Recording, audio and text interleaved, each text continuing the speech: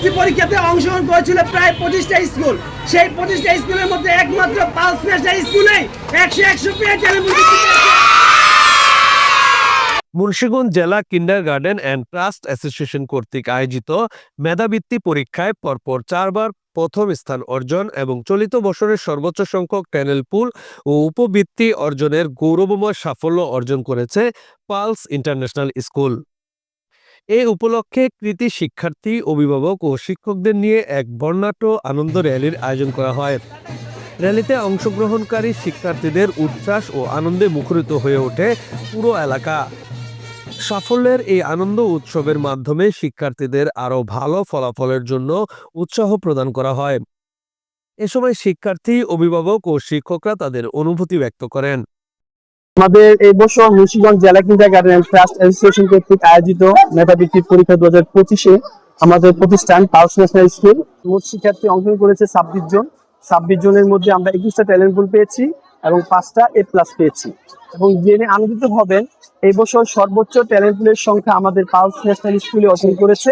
প্রথম প্রবৃত্তিতে অংশগ্রহণ করে সর্বোচ্চ সংখ্যক প্রবৃত্তি আমাদের প্রতিষ্ঠান পালস ন্যাশনাল স্কুল অর্জন করেছে।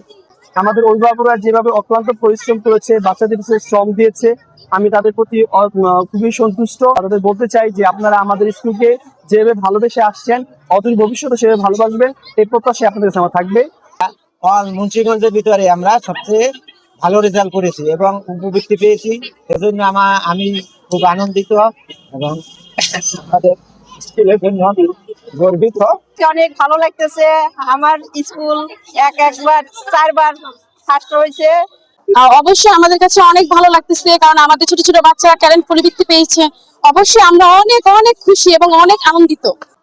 আমি ট্যালেন্ট পরিবৃত্তি পেয়েছি, আমার ভালো লাগতেছে। আমরা 4 বার বৃত্তি পেয়েছি ট্যালেন্ট ফুলে, তাই জন্য আনন্দের র্যালি। আমিও বৃত্তি পেয়েছি, আমরা অনেক খুশি।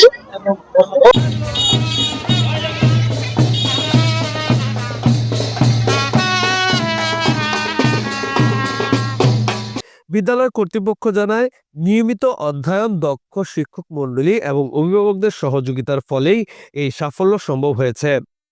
ভবিষ্যতে শিক্ষার্থীদের মানসম্মত শিক্ষা ও নৈতিক উন্নয়নে পালস ইন্টারন্যাশনাল স্কুল নিরলসভাবে কাজ করে যাবে। Mohammad Jahangir Alam, news 71.tv, Munshiganj.